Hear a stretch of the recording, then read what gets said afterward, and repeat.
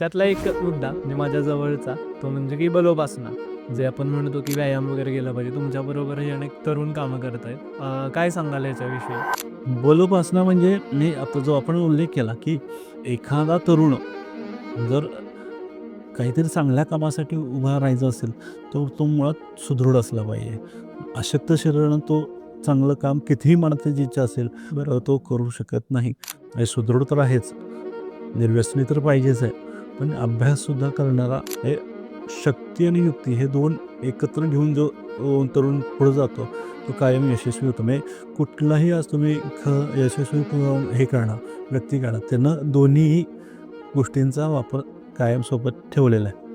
तेच समर्थांनी सांगितलं, की ज्याच्याकडे शक्ती आणि युक्ती आहे, तोच तो समाजाचं ओझं उचलायला तत्पर असू शकेल. तर म्हणून बलोपासना आणि हे बलोपासना तुम्ही तारुण्यात आल्यावरच काय केली पाहिजे असं काही नाही. बालपणापासून तुम्ही शरीर तुमचं घडवलं पाहिजे.